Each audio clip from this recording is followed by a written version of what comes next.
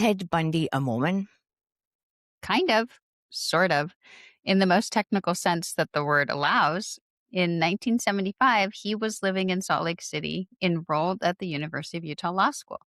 That August, he was baptized into the Church of Jesus Christ of Latter-day Saints. So, he was Mormon? Well, that's the question. And the answer is more interesting than the question suggests. Hannah and Jess, we got away. Now we're unpacking what they won't say. Behind temple walls and cover-ups, we're pouring tea in your coffee cups. It's the post-Mormon post-mortem, digging up what they want forgotten. Trauma, truth, and crime, yeah, we're surviving. It's post-Mormon post-mortem. Hello, Eternal Family. Welcome to Post-Mormon Postmortem, the podcast where we lovingly sift through the ashes of our former faith, one bizarre belief and repressed memory at a time. We explore everything from the church's cultural weirdness and doctrinal whiplash to the deep wounds of religious trauma, Mormon crime, and the messy, glorious road to recovery. Whether you're freshly out, years removed, or just Exmo curious, this really is the right place. We're here to hold space, spill tea, and call out the cultish stuff hiding in plain sight. I'm your host, Jess. And I'm Hannah. Today we're diving into Ted Bundy's foray with Mormonism as we contemplate who counts as a Mormon murderer. So let's start with what we actually know about Theodore Robert Bundy. Ted Bundy was born November 24th, 1946, in Burlington, Vermont. He was raised in Tacoma, Washington by his mother and stepfather. There was a significant amount of confusion in his early life about his family structure. He was born to an unmarried mother and was raised believing his grandparents were his parents and his mother was his sister. That all got sorted out eventually, but it's worth noting because Bundy's biography is full of competing narratives and he himself contributed actively to the confusion. Probably the most consistent thing you can say about him is that he was a person who presented himself deliberately. He understood how to manage the impression he made. He was charming, conventionally attractive by our culture standards, and very aware of it. He went to the University of Washington and earned a psychology degree in 1972. He was politically active, volunteering on Republican Party campaigns in Washington state in the early 70s. At one point, he worked for the Office of Crime Prevention under Governor Daniel Evans. He wasn't a person on the margins. He was visible and participating. Because, of course, he worked for the Office of Crime Prevention. Yeah, when you say he was active, visible, participating, one of his volunteer activities was working the phone lines at Seattle's Crisis Center. And famously, he sat right next to Ann Rule, the true crime queen herself, who was already writing true crime stories for magazines at the time, and they worked overnight shifts together. They became friends, and then years later, Rule wrote The Stranger Beside Me, one of the most famous true crime books ever written. So Ted arrives in Salt Lake City, September 1974, newly enrolled in the University of Utah's law school, and already deep in his killing spree. He had been dating a Mormon from Utah named Elizabeth Klopfer in Washington state, and she was moving back to Utah and encouraged him to come with her. Elizabeth later wrote The Phantom Prince, My Life with Ted Bundy, under the pen name Elizabeth Kendall. And Ann Rule's pseudonym for Elizabeth in The Stranger Beside Me is Meg Anders, just so you can keep everyone straight. But it's one person, three names. The Mormon girlfriend. According to FBI timelines, Bundy had at least 5 confirmed murders by that point. To blend in, or maybe as genuine cover, he started attending services at the First Ward of the Bonneville Stake. We obviously can't know what Ted Bundy believed. And Rule observed that religion seemed to become the most important to him when he needed something. When he was under pressure, his religious identity shifted over the course of his lifetime, depending on what his circumstances were. What we do know, as I said, he was deliberate.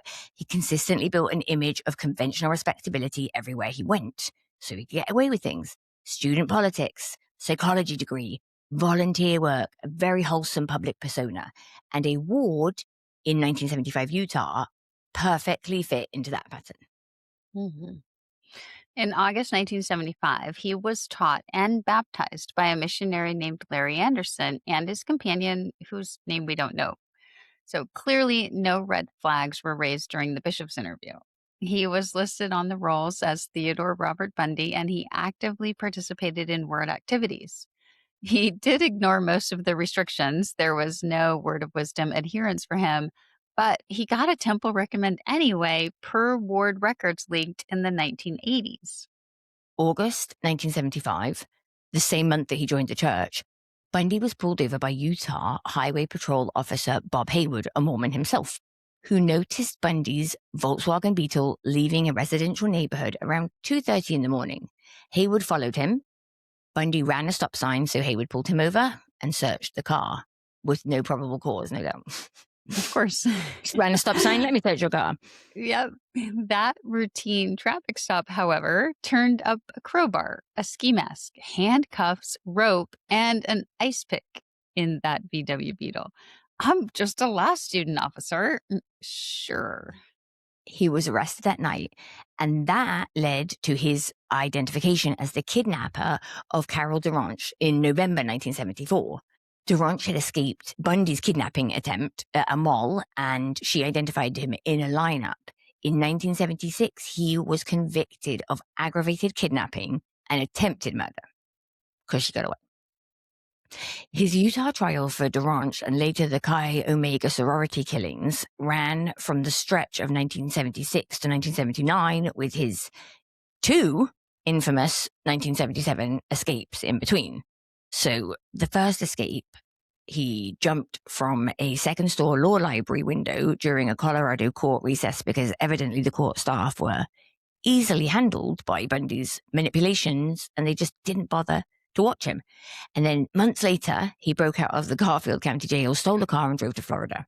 That's the Florida rampage. He was executed there in 1989. But the Utah proceedings were in between, and they were a media circus. Of course. He was excommunicated in absentia in 1975 after that burst address.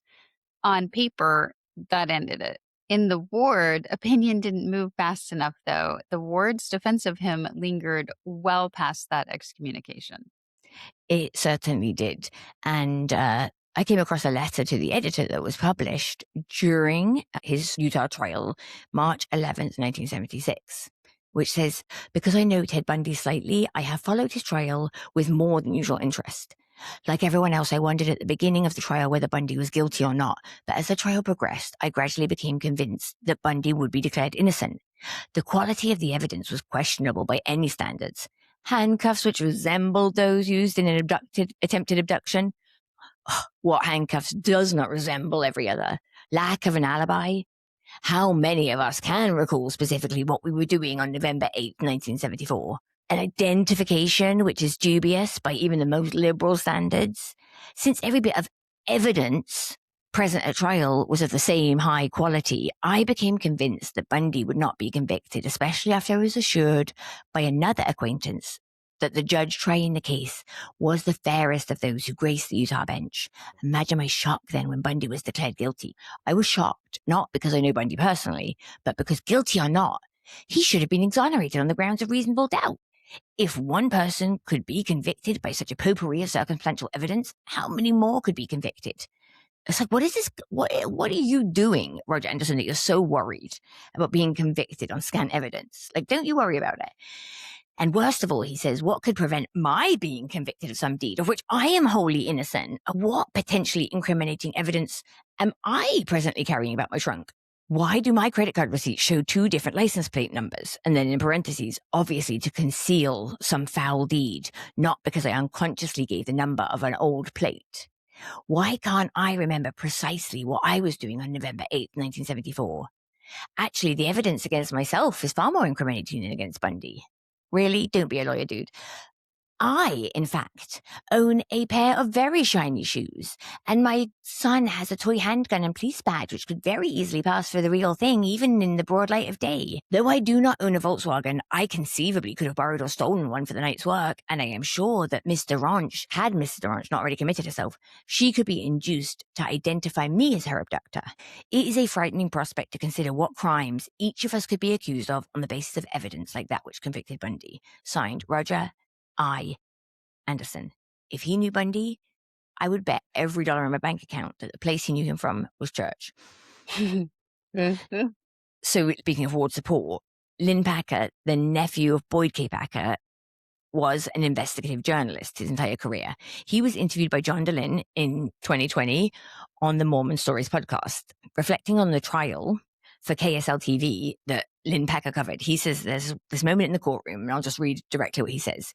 The one interesting thing that took place during the trial is that while prosecutors were putting on their evidence, I was sitting in the courtroom, and during a break, I got a tap on my shoulder. Somebody tapped me on the shoulder, and I turned around. There were two men sitting there, and one of them said, "Why are you reporting all this negative stuff about Bundy? Because he didn't do it."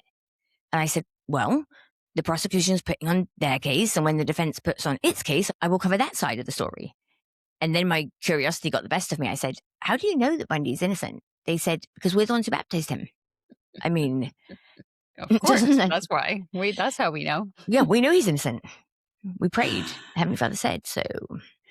But Packer goes on and he described what stayed with him in this way.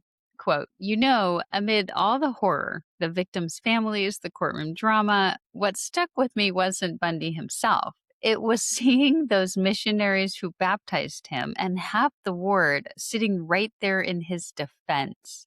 Grown men and women, priesthood holders, testifying that this guy was one of us.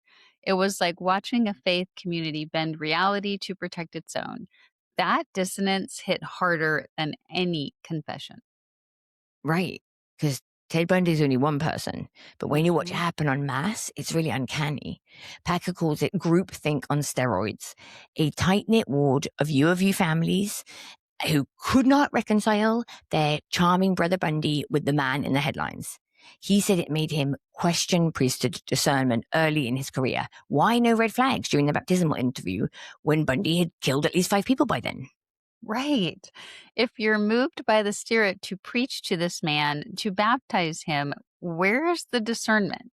He's in the middle of committing murders and you're bringing him into the church. Somewhere in that chain, the missionaries, the mission president, the bishop, you would expect inspiration to stop it. Like the spidey sense must have been off or something. Right. It's exactly. The heavens were silent. Lynn Packer talked again about the trial in a 2019 Salt Lake Tribune op-ed, Conversations with a Killer, writing about the true crime documentary genre. He called the ward support the real tragedy, innocent faith weaponized by a sociopath. And the church's response when it came was procedural. Excommunication after the kidnapping conviction confirmed by a spokesman. Not a reckoning with the process that admitted him.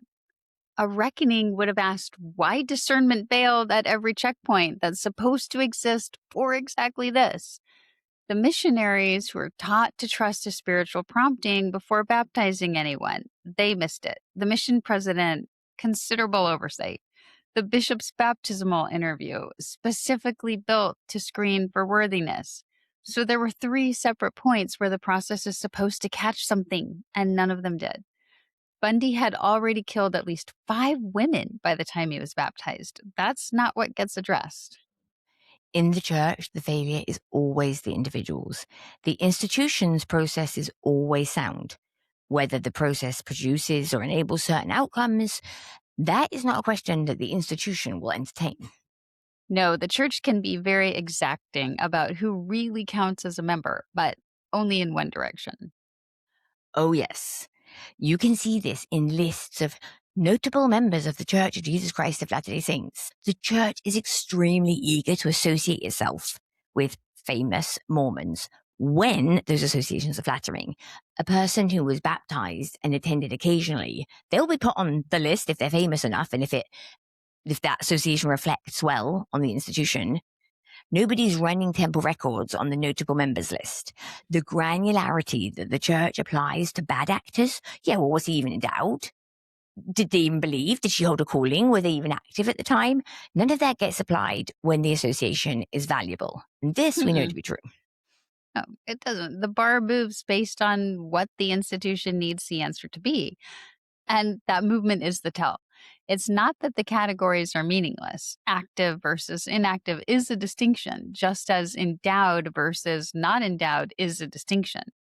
The problem is that those categories only get deployed when someone has done something the institution wants distance from. When someone has done something the institution wants to claim, well, the taxonomy disappears. Right, which tells us the taxonomy isn't actually describing the community, it's managing the church's reputation. The categories, who gets to count as Mormon or not, exist to be deployed selectively. They are rhetorical tools, not descriptive ones. But here's what's really interesting to me. When the question is, was Ted Bundy a Mormon, and the church doesn't distance themselves from him, what does that tell us? Well, that he's safe to claim. With Bundy, his membership was thin enough to not count as a real Mormon. What he's useful for is showing you what real Mormons supposedly aren't. So the church doesn't push back on the idea of Bundy as a Mormon murderer because it's obvious he wasn't really in any meaningful way. It costs the church nothing, and it does the boundary work for them. But the cases where running that math would implicate the religious teachings, climate, environment that you grew up in and your upbringing, those murders don't appear on the list of Mormon killers. Those are the cases that we have never even heard about. Bundy and others, they get to be the face of Mormon murder precisely so other people don't have to be. Mm-hmm. And a quick scan of Google for Mormon killers or Mormons who murder pulls up the same old predictable roster, like Mark Hofmann, right? The document forger and bomber. Arthur Gary Bishop, the child killer. The Lafferty brothers, those guys from Under the Banner of Heaven. Jody Arias, Lori Vallow, Daybell, and Chad Daybell, those doomsday cultists are so crazy. Ervil LeBaron, the polygamist assassin, Josh Powell, family annihilator. So these pop up in Netflix documentaries, Reddit threads, and books, and they're all bundled as Mormon horror stories. Yeah. And Mormon murders. But what is wrong with these lists is that they aren't representative of what's really happening.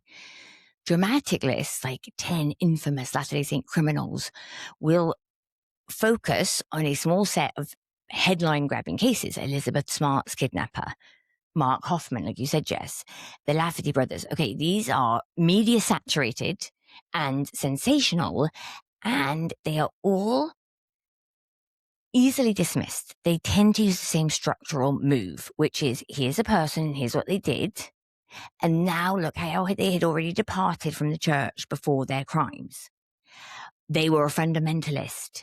They were apostate. They lost their faith. They joined a splinter sect. They didn't go. They stopped attending. They weren't really Mormon. They went off the doctrinal rails in some identifiable and mappable way. I put up a TikTok about Megan Huntsman, who killed her children, and somebody wanted to bring in the fact, oh, so you're going to say that this meth addict child killer was Mormon?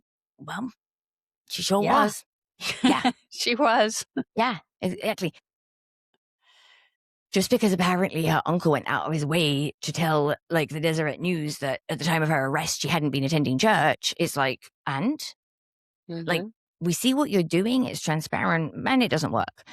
So there is this implicitly, sometimes explicitly, this messaging is, this isn't what Mormons do. No. This is what happens at the edges when people aren't good Mormons. But sometimes it is fully explicit. So the LDS Daily article on Notorious Latter-day Saints criminals ends with this line, quote, though connected to the church, these individuals represent extreme deviation from the church's teachings and values. Interesting. John Krakauer documented this move when he was researching Under the Banner of Heaven. He said that when confronted with a Lafferty case, LDS leadership bristled visibly when Mormon and Mormon fundamentalists were even mentioned in the same sentence. To a man, church leadership insisted that Ron Lafferty should under no circumstances be considered Mormon. He'd left. He was fundamentalist. He was fringe. Don't dare. Yeah. And a 2021 Newsweek piece on murder among the Mormons noted how the church, quote, quietly cooperates with media but steers towards tragic individual failings over institutional critique. Which isn't accidental. As someone said on ex-Mormon Reddit, raised Mormon equals we'll call you Mormon forever. But the minute you do a bad thing, bruh, what? Hofmann? He was framed as a lone forager whose bombings were, quote, personal grudges, not tied to doctrinal tensions over church history. I mean, yeah, he didn't even want to commit murder. He just wanted to commit fraud. Everyone who makes the list will be someone that the church can successfully hold at arm's length, so they think.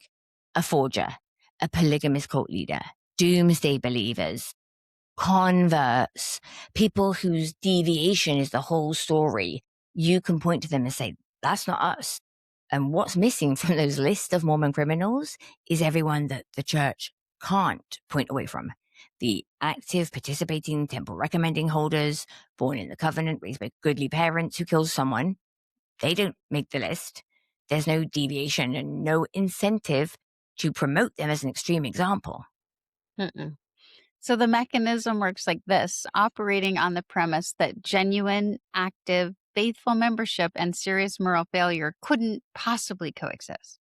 So when a member commits a serious crime, the explanation is always some version of drift. They'd stopped attending. They stopped living the gospel. They were inactive. Well, they were never really committed. They were on their way out. And all of this protects the institution from having to ask what role the institution played in the shaping and development of this person's character or worldview. Exactly. The character and the worldview, these are things you carry with you through your lifetime. If the answer to why did this member do this terrible thing is always, oh, because they weren't really a member, then the institution never has to engage with those structural questions. The failure, as per usual, is the individual's, and the institution's hands are clean. Right. The idea is that genuine faithfulness is protective, that real commitment, real covenant keeping, real participation, well, those things create a kind of spiritual immunity to this kind of deviance. But the cases where the narrative doesn't hold do exist, and they're not rare. They're not rare at all. And that's the premise of everything we're doing in this project. If you want the case files as we build them out, follow the show and support us on Patreon. So the rest of this series will land in your lap and you'll have access to every resource that we use.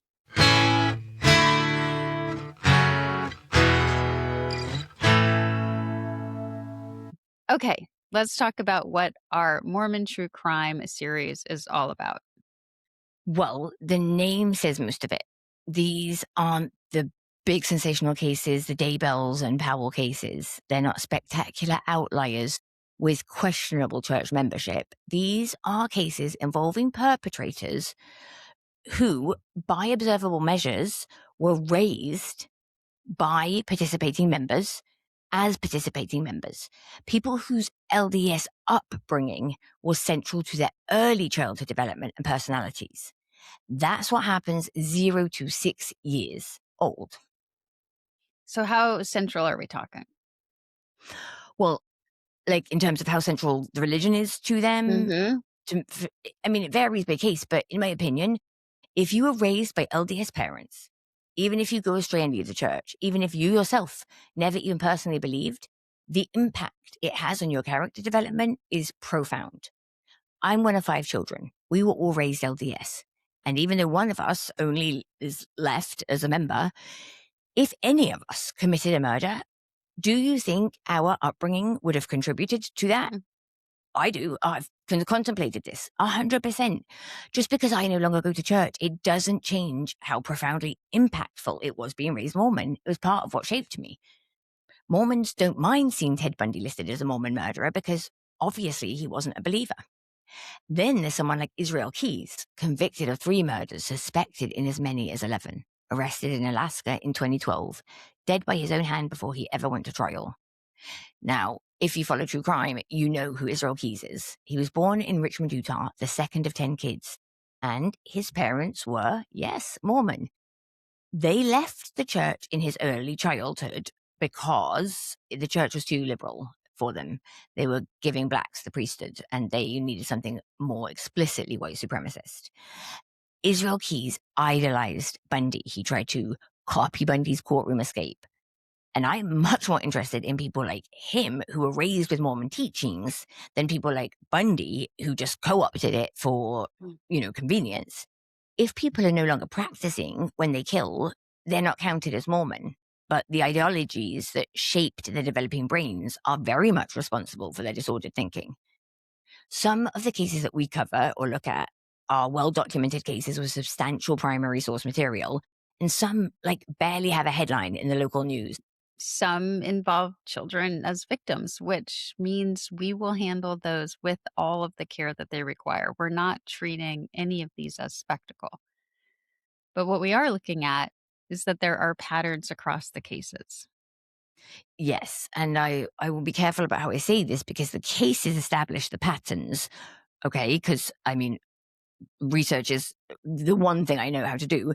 You don't start with categories and find cases that fit. But yeah, when you get into Mormon murderers, certain things reoccur, and we'll get into those as we build the record. Yeah. So what I'm hearing, and Hannah confirm, is that we're really intentionally doing this inductively. We are doing it inductively. We didn't start from a thesis and work backward. We started from the cases and then saw time and again the patterns that they followed. If the patterns support a conclusion, then obviously we'll say so. And if they don't, you'll see it and we'll say it too. When you don't start with the conclusion, you don't know where you're going to end up. And the places that you end up are sometimes genuinely surprising. I have been in this material for several years now, and there are things in these cases that I didn't expect. Not because they're shocking in a sensational sense, otherwise we would have probably heard about them, right? But because they reveal something about the conditions that produced these cases that is not obvious from the outside. Well, I know you've been in this a lot longer than I have. So just tell us a little bit more. Oh, in the context of specific cases, I think is where you see it clearly. On a granular level, it's unavoidable. On a general level, I'll say that the cases consistently suggest that the relationship between, LDS, institutional culture, and the crimes is not incidental, and the faith identity isn't a detail. And that is what this deviation story is specifically designed to prevent people from seeing. Mm-hmm. So, with Mormon criminals, the church wants to claim faith identity to be incidental to the crime. It's just background. It's not why somebody is the way they are.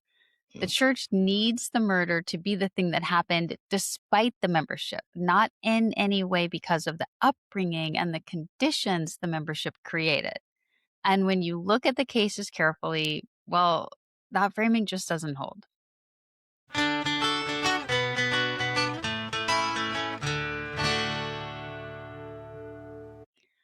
So let's get concrete. What does our Mormon True Crime series actually document? Well, the series doesn't look to document famous cases, as we've said, though, of course, those will not be excluded. In most of the cases that we have documented, there's no identifiable theological aberration. So most of the cases don't involve people going, I had a revelation. Most people aren't Chad Daybell, right? Most people aren't trying to commit a blood atonement or go off into a splinter sect or have some public declaration of no longer believing before they kill someone. Mm-mm. And some of these men and women held callings. Some of them had temple recommends. Some of them were, the week before they killed their families, sitting in bishopric meetings. Their neighbors, when interviewed afterward, used the words you would always hear in these cases. Oh, they were quiet, devoted, wouldn't have expected it. He was a good family man. He was a good Mormon. And the crimes themselves aren't spectacular, not in the way that Hofmann or LeBaron is spectacular. And it's worth a beat on Ervil LeBaron in case you don't know him. So Ervil LeBaron ran a splinter sect in Mexico called the Church of the Lamb of God. And if you know anything about the Davidic son and all this nonsense from the DNC, then you will be familiar with the Church of the Lamb of God. So he broke off from his brother's polygamous group in the 60s, and then he brought out the old blood atonement doctrine to justify ordering people killed, including his brother. He died in prison in 1981, but his followers kept carrying out the killings on his orders for years. What we're interested in are murders that follow recognizable domestic violence trajectories, escalating control, financial isolation, documented history of abuse, and then, at some point, a final act of lethal violence, often at a point of separation or discovery. And it's not just murders that we're interested in. I mean, we're looking into financial crimes. We're looking into sexual assault crimes. We're looking at it all because the big picture tells a story. These are ordinary Mormon crimes. They happen. The church can't distance itself from all of these crimes, which is where the word everyday comes from for us. The word everyday wasn't chosen for effect when we were thinking about our Mormon true crime series. We chose it because what we kept finding as we built out the case database was that these people were embedded in the ordinary structures of Mormon community life right up until the moment of the killing, the fraud, the sexual abuse. They were doing tithing. They had word callings. There was temple attendance, scouting leadership, neighborhood block parties, ordinary life, not fringe. And that's what makes these stories different from the cases the church's narrative can absorb.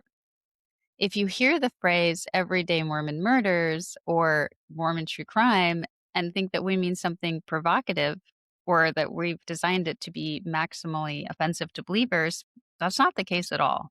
No, the word is literal. What we mean by every day isn't that it happens daily.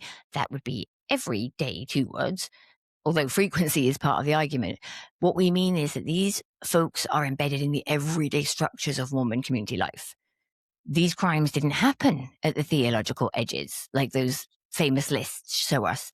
They happen often right in the middle of active membership, in the middle of regular church attendance, in the middle of callings and covenants, and the whole apparatus of a faithful LDS life. The man who killed his wife in Bountiful in 2003, and the man who killed his wife in Mesa in 2011, and the man who killed his wife in Idaho Falls in 1998, these men weren't making theological claims. They weren't invoking blood atonement or claiming revelation. They were, by the church's own accounting, members in good standing right up until the moment they weren't. Right, exactly. So again, it's like the embeddedness of it, the embeddedness in a community that would later say we would never have expected this, such a good Mormon. So, Hannah, let's just step through how these cases get explained when they get explained at all. Okay, so when these cases get covered, and, most of them don't get much coverage, which is its own thing, the explanation that gets reached for is the same one that is reached for in domestic violence cases everywhere. There was mental illness, financial stress, the marriage was breaking up. The church doesn't come up, his membership doesn't come up, the institutional container that shaped the marriage and the marriage exists within doesn't come up.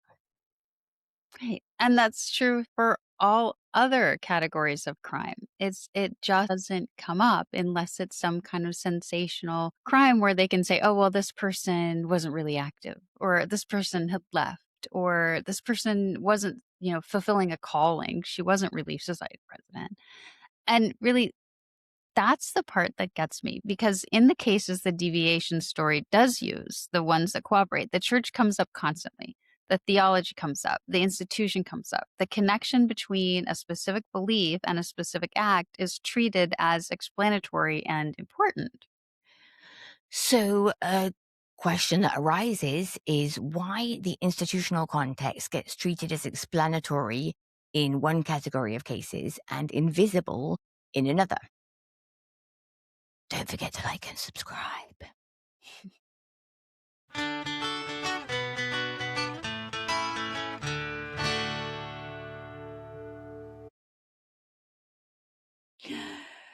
So let's be careful here.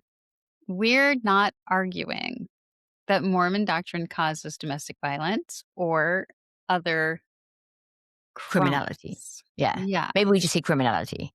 Okay. So let's be careful here. We're not arguing that Mormon doctrine causes domestic violence or criminality. We're not, because as we know that domestic violence and criminality of crimes of every kind happen across all religious affiliations and outside of religion entirely. So let's not be basic. The dynamics involved, coercive control, financial dependence, as we said, isolation, escalation. This is documented across populations that have nothing to do with Mormonism. This is how we know about it. What we are arguing is that the specific structure of Mormon institutional life creates a particular container for those dynamics to operate in, and it has features that are worth naming. Right. The theology of eternal families creates specific kind of stakes around the marriage relationship that don't exist in secular contexts, right? The Yeah. pressure to have as much as your neighbors creates a certain kind of pressure in Mormon life. So the pressure to dissolve a marriage, even a dangerous one, is embedded in Mormon theology itself. All of these things contribute. And this massive sense of entitlement. You will see that time and again, right? And it has to be a cultural phenomenon. This idea that I want it, I can take it, it's mine, right? It's like a toddler development. Let's just focus in on one example explicitly, the priesthood structure. The priesthood structure creates a formal hierarchy within the marriage, with the husband holding ecclesiastical authority over his wife. She doesn't have. It is institutionalized and reinforced to every structure of Mormon life. And no, that structure does not cause violence, but does it create a power asymmetry where domestic violence dynamics can operate effectively? You tell me. And look at this, the culture around private family matters, like the emphasis on handling things within the family. The bishop's role as pastoral rather than mandatory reporter in most states. The deep cultural disinclination toward airing anything that might reflect poorly on the family or the church. All of these create conditions in which abuse can be contained, managed, or counseled toward repentance rather than reported or acted on in ways that might interrupt the trajectory toward lethal violence. And none of this is unique to Mormonism.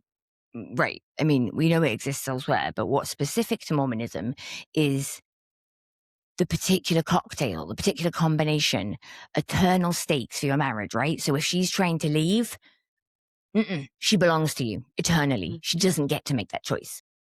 The formal hierarchy, I'm in charge, God said so, the totalized community, the culture of don't ask, don't tell, and privacy, and if you do tell, what will happen anyway, fuck all, and the specific way those features interact in these family dynamics that we see end up being cases that we document.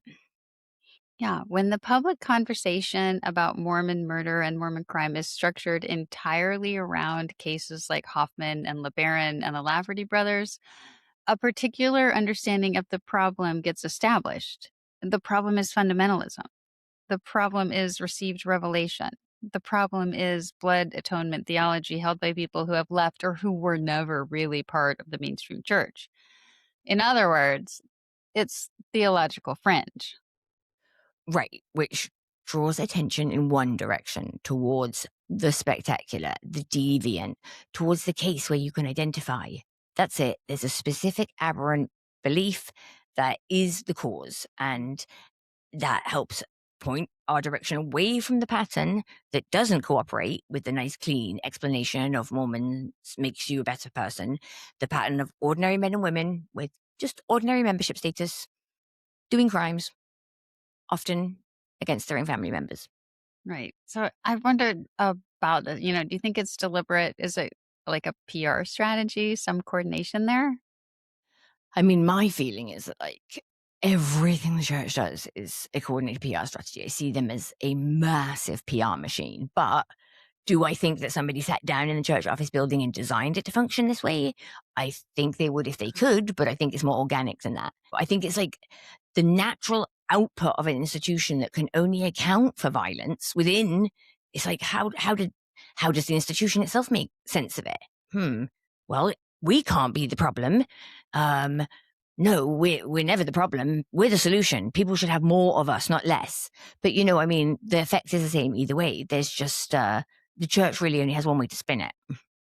That's true. The effect is the same whether it's coordinated or not. It identifies violence and crime with a departure from the faith. It implies that genuine adherence, real Mormonism, full faith Mormonism, isn't where the danger lives. It makes the institution legible as a resource, as a corrective, or as the thing that keeps people safe from the kind of people who commit these crimes. And our project documents over 100 years of evidence that that isn't the whole picture. We said earlier that patterns recur. Here's one. The intimate partner violence is chilling in its repetition. The pattern is so consistent it becomes a script. Wife wants a divorce or separation. Husband kills himself. The children are often present and traumatized. This repeats endlessly. What jumps out at you, Hannah? I mean, just apart from how depressingly common that is, this ownership idea, right? If I can't have you, nobody will. It's explicitly said before killing somebody, divorce as a death sentence. So women killed, which we know in abusive situations, that is the most dangerous time, filing for divorce upon separation. You don't get to leave this marriage alive, right? Every day in the United States, 4 women are murdered by someone who says they love them or used to love them. Daily. And Mormon women are very much among that group. Then there's the affair justification, where there are multiple cases where men kill their wives over suspected infidelity, or maybe they actually are having an affair. But then there's also cases like Mark doing this in 2012, where he was the one having an affair. And that was his motivation for killing his wife. Wow. And these patterns run across generations, like the LeDay family. In 1973, brother LeDay killed his wife. In 1991, his adult son does the exact same thing. So the violence is learned, and it's not historical. Recent cases show nothing has changed. Arian Pennington killed his wife in 2023 because she was planning to leave him, and he still hasn't been found since going on the run.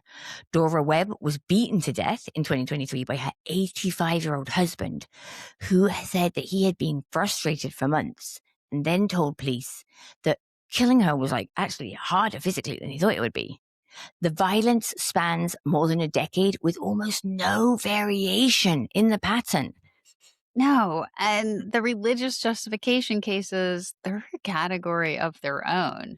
Yeah, we've already covered Rodney Lundberg, who stabbed his infant son to death because he was prompted to test his faith. The Emmanuel David cult in 1978, where the David children were thrown from a hotel roof and the mother jumped after them. One of the children lived. To this day, she's in a wheelchair. We will cover that case. The Paget case in 2014 is interesting. It's a school shooter who wanted to kill sinners for taking the Lord's name in vain. Religious rigidity in a teenager manifesting in violence. We have multiple of those cases. The C.J. Haney family annihilation attempt, the extreme end of whatever pressure exists within these families. And this is not us trying to be sensational, right? But it is taking a clear-eyed look at pattern. Children raised in the covenant, often from good families, attending seminary, going to dances at stake centers. These are Mormons who commit crimes.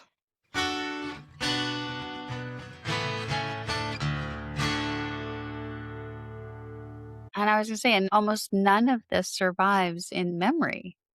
Yeah, that's very striking. I've noticed that most of these cases, they don't leave a trace, even those we know about in collective Mormon memory, because, where are the books on Rodney Lundberg?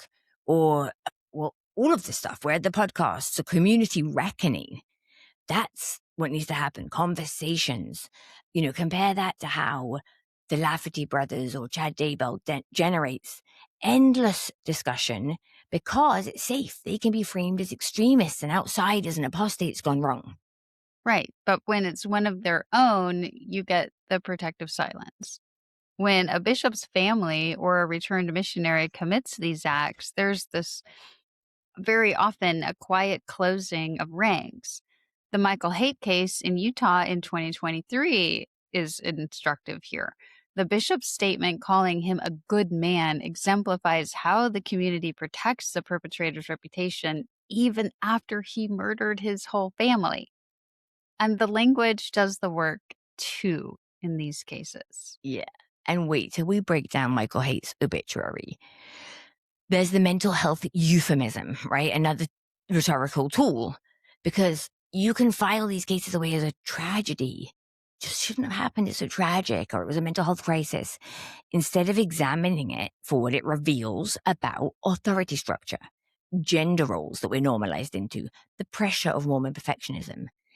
And the affiliation is often not named at all. Newspapers in Mormon-heavy regions avoid naming LDS affiliation directly, especially in domestic homicides. So the religious context survives indirectly. You have to learn to look for obituary phrasing, church callings, geographic markers, funeral structures. Look for things like returned missionary, Relief Society president, ward clerk, served a mission, active in his ward, temple marriage. This functions as cultural metadata. The affiliation, it does exist in the records, just without being named. You just have to, read through the lines. The real work isn't technical sophistication. You just have to have pattern literacy. Yeah, but so why no spotlight on the pattern? Oh, naming patterns, that would very quickly implicate the theology. Okay, the church doesn't have to actively suppress these stories because, search algorithms and the media and public interest does it for them, right? Like, this is just, a man kills his wife because she was leaving him. It's just not newsworthy if there are sensational cases so loud that they drown out all the just slow grinding drip of ordinary Mormon crime. Obviously spectacle is what we are attracted to. So what does this Mormon True Crime Project actually prove? It doesn't prove anything, and we're not attempting to. Which I was always very clear about in my own research. What it documents is a pattern of thinking, of attitudes, of characteristics, behaviors, a pattern within active LDS communities that spans decades and does not correlate with the deviation markers that the convenient story depends on. The killers we've documented, the criminals we've documented, weren't fundamentalists or apostates, and they weren't receiving revelations to commit their crimes. They just had no moral compass. Thank you for that clarification. I think it's important for many of our potential listeners. Also, let's go through what all this suggests. It suggests the deviation story isn't an adequate account of the full range of violence associated with Mormon community life or crimes in general. That narrative accounts for Mark Hofmann, the forger, Ervil LeBaron, the polygamist cult fundamentalist crazy person, the Laffertys, again, the same names again and again and again. It does not account for the criminals in our data set.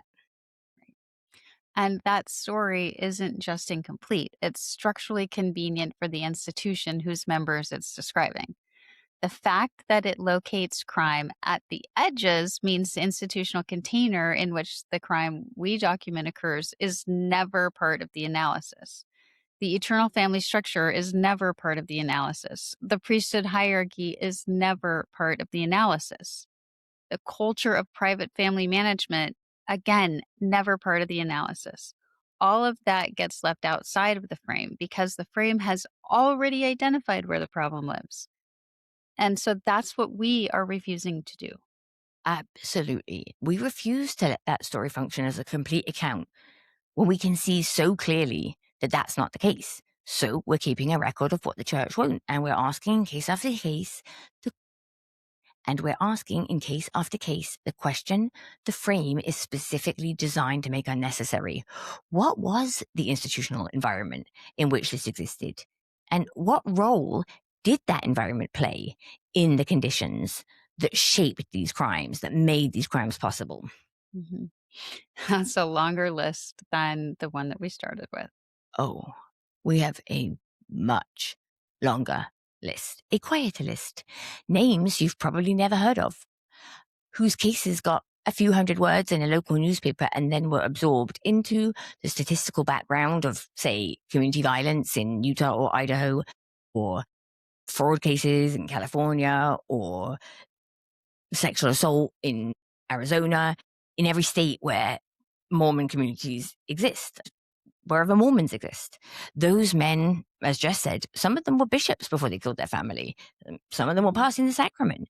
So because the church has nothing to say about them, because it doesn't fit their logic, we're going to say it loudly. We are. And the project, in its simplest terms, is a record of their names, of their victims' names, and it's an insistence that those names deserve to be part of the conversation about what Mormon crime actually looks like. So, was Ted Bundy a Mormon? Technically, yes. Meaningfully, no. Institutionally, the answer depends on what year you're asking and what the church needs the answer to be.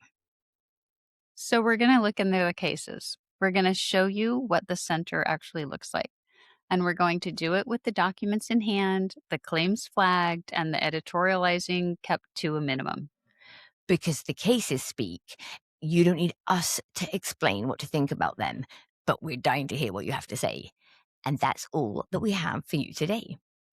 So, our Mormon True Crime series, or project, I guess is the better word, launches next week. We'll launch those episodes on Thursday evenings under our Mormon True Crime playlist. And you can find them wherever you find Post Mormon Postmortem, which is pretty much wherever you get your podcasts. Absolutely. The links for today's episode are in the show notes. Our socials are in the bio. If you want to support the show, leaving a review is genuinely one of the most helpful things that you can do. It helps new listeners find us. Right. And you can also travel on over to Buy Me a Coffee or Patreon and subscribe or support the show financially. All of that really helps us keep doing the heavy lifting, doing all of the research so we can bring you all of this incredible information and analysis. And if you are someone who has information about a case that you think belongs in this progress, we do want to hear from you. You can find our email address on our website at postmormonpostmortem.com. And the contact information will also be in today's show notes. Perfect. Yeah, we look forward to hearing from you. We will see you next time. And just before we go, I'm sorry for what I said when I was Mormon. And I'm sorry for what I said when I was Mormon too.